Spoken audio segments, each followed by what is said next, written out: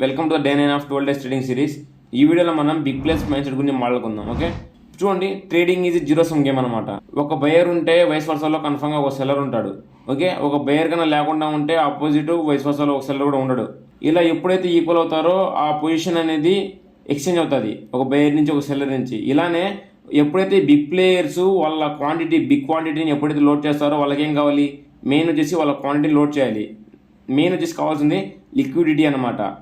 Okay, ఈ liquidity వచ్చేసి ఎక్కడైతే రీటైల్ స్టాప్ లాసెస్ ఉంటాయో దాన్ని హిట్ చేసిన తర్వాత మార్కెట్ అనేది అప్సైడ్కి వెళ్తూ ఉంటుంది. ఎక్కడైతే మీరు స్టాప్ లాస్ పెట్టారో అక్కడ ఒక పిన్ బార్ క్యాండిల్ పడి మీ స్టాప్ లాస్ హిట్ అయిన తర్వాత మార్కెట్ అనేది అప్సైడ్కి వెళ్తూ ఉంటుంది. ఓకే, ఇలా బిగ్ ప్లేస్ ఆలోచిస్తారనమాట. ఎక్కడైతే మీ స్టాప్ లాస్ ఉంటుందో అక్కడ వాళ్ళ ఎంట్రీ ఉంటుంది. అప్పుడు అక్కడ నుంచి బిగ్ మూవ్స్ వచ్చే ఛాన్స్ చాలా ఎక్కువ ఉంటాయి.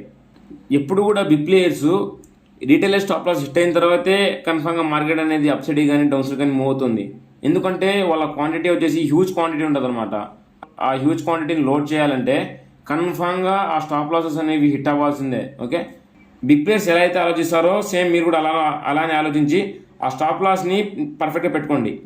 ఈ బిగ్ ప్లేయర్స్ మైండ్ సెట్ మీద నేను కంప్లీట్ పీడిఎఫ్ చేశాను. ఈ పీడిఎఫ్ కావాలంటే బిగ్ ప్లేయర్స్ అని కమెంట్స్లో టైప్ చేయండి, వెంటనే మీకు పీడిఎఫ్ సెండ్ చేస్తాను.